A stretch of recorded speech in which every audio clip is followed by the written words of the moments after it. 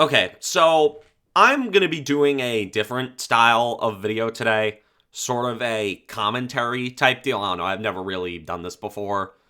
With the whole background gameplay thing, as you can see with Mario Superstar Baseball. But I just wanted to give some of my thoughts on the trade deadline and what I think the Yankees should do, what I think they should look into, the problems I think they should go and fix.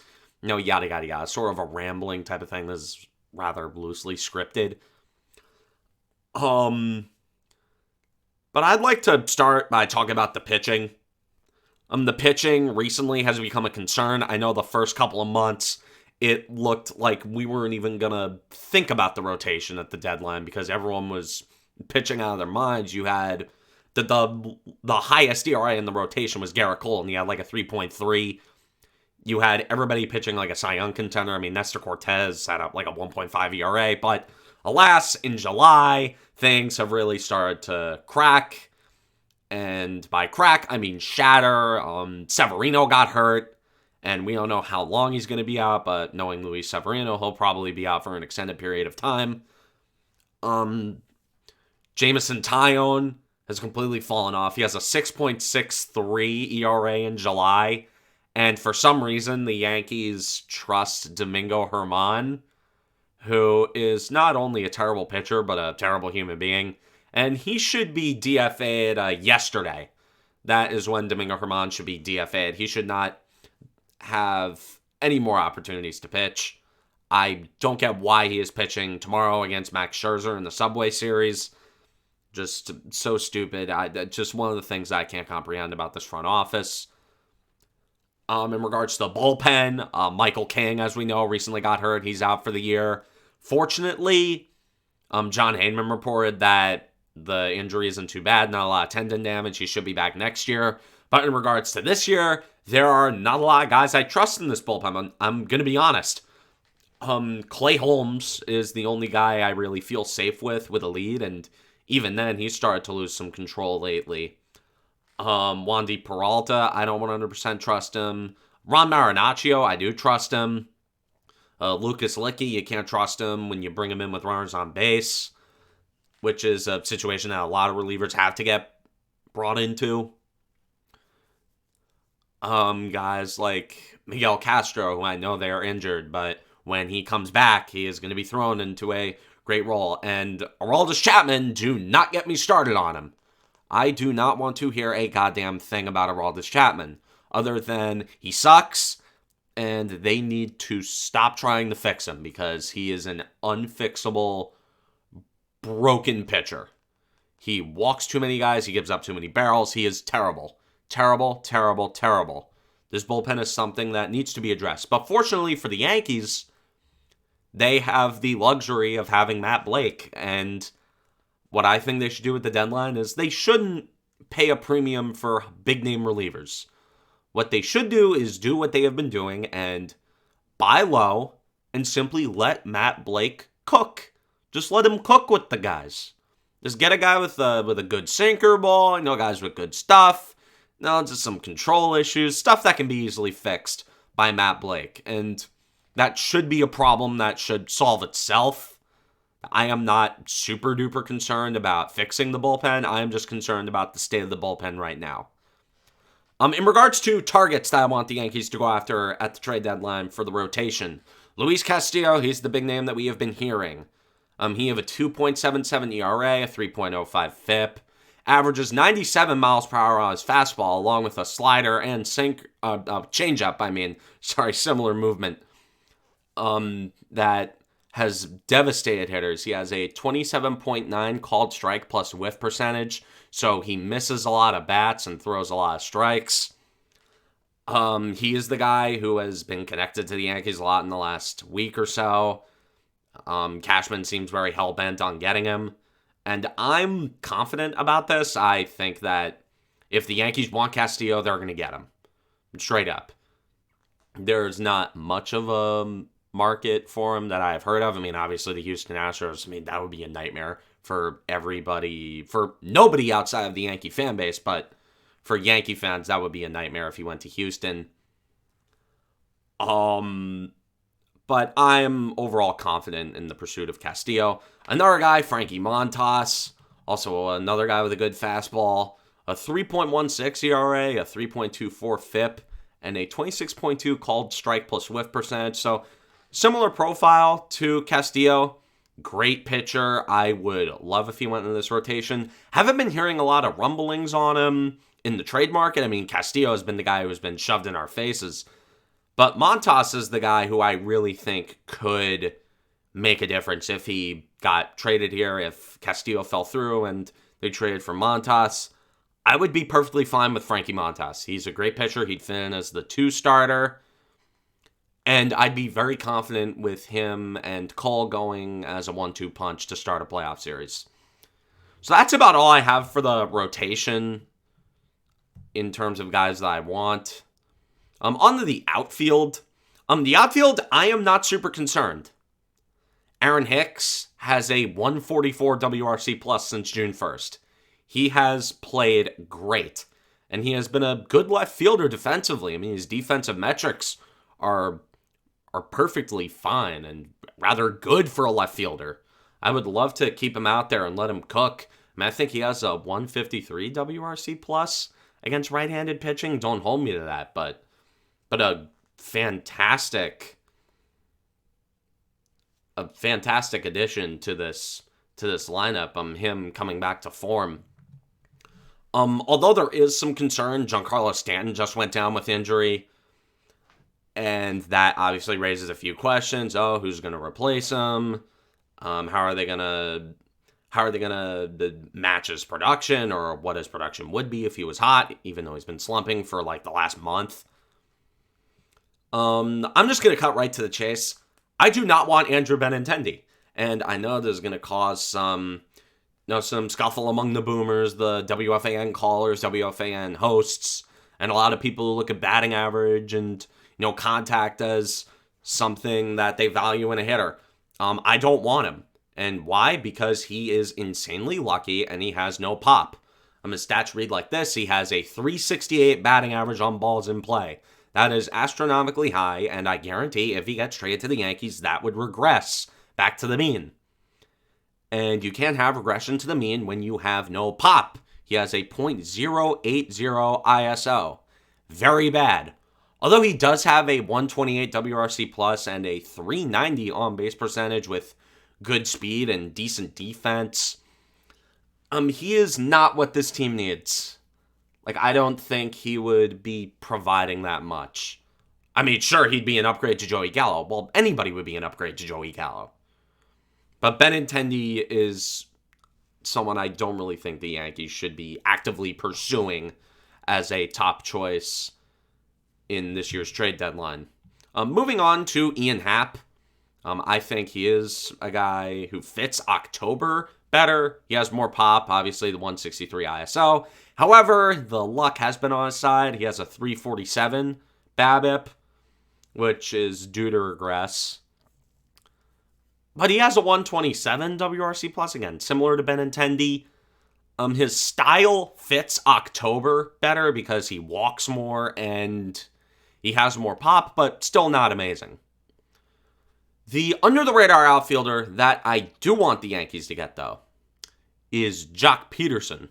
Now, why? Because he hits the ball hard. He has a 17% barrel percentage. He has a 502 slugging percentage and a 255 ISO, and he's left-handed and pulls the baseball.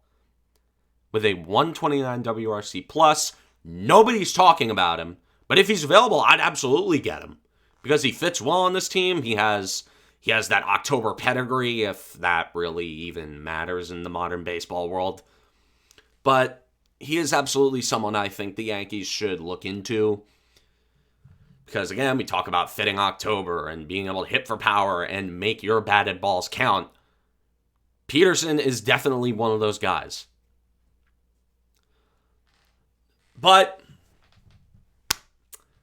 who everybody is talking about right now is the golden goose of this trade deadline. Let's talk about Juan Soto, shall we? From what I have heard, the Yankees are in. I am going by what Jack Curry has said. Now, Jack Curry, Yes Network desk guy, Cashman's mouthpiece. If he says something, it's legit. And he explicitly tweeted that the Yankees are interested in Soto. And I do think it is absolutely possible. The Yankees have the prospect capital. The Nationals allegedly value Anthony Volpe higher than every other prospect they can get their hands on. And I am all in on this. Hell yes. Sell the farm for Juan Soto. Absolutely. He is someone who could push this team over the top.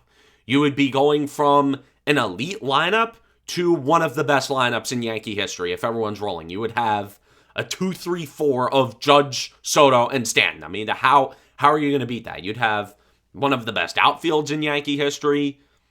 You would overall be assembling one of the best teams in Yankee history if you have Juan Soto added to this lineup. He is a game changer. He would automatically become the best player on a team that already has the most wins in baseball. That is something that I do not even have to explain how valuable that could be. And for the Yankees, apparently from what I've been seeing, they don't like Judge enough to extend him, and they seem just petty enough to trade for Soto as sort of leverage and to sort of replace him, and he would be the perfect replacement for the next couple of years. I mean, Soto, my God, everyone's forgetting. Even though he would absolutely be a move for this year to go in and win this year, Soto's here for the next couple years after. We'd be getting a super rental with him if they don't want to extend him. And Hal Steinbrenner doesn't seem like the guy who wants to give out a $50 million a year extension. Although, if they want him, if they want to keep him, they can absolutely keep him. And if they want both Judge and Soto, they can absolutely afford both. So in summary on Soto, hell yes. Everyone's saying hell yes, but I am really dude, hell yes. He's the man. He's the man. You go out, you get him. If the Nationals are willing to entertain an offer that you are making, you go in. You get into steep negotiations with him, and you do whatever the hell you can to get this guy. Because the Yankees have the prospects. They have the farm. It's about willingness to part with that farm and with this particular crop to go get a guy who can help you win a World Series, not just this year or the years after, but for the next decade and a half.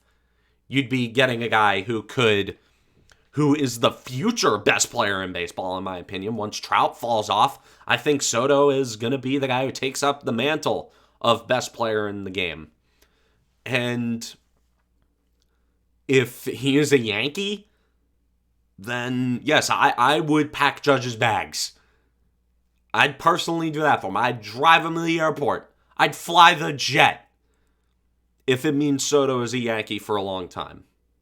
And if they want both, they can afford both. Because you know what? They're the Yankees. They make money hand over fist. They own a media conglomerate. They can absolutely afford them. But anyways, just some closing thoughts on this sort of rambling session. I know this is not sort of the best quality. This is the first time I've really done a commentary style video. But I know we're going to hear about this if the Yankees don't get guys. But I don't want to hear about prospects. Throw caution into the wind. These guys, especially in the modern era, they can be drafted or signed and they can be developed easily. It's an assembly line anymore with the stats, with the technology, and with how far the game has come. You can absolutely replace prospects. Prospects are way more replaceable than you think. And I remember hearing a couple years ago, oh my God, the Yankees, they have such a great farm. Or not a couple years ago, but in 2017, 2018, it's oh my God, the Yankees have such a great farm. And then they sort of offloaded bits and pieces of that farm, although they didn't offload nearly enough. The farm sort of fell off. They fell back into the mid-tier.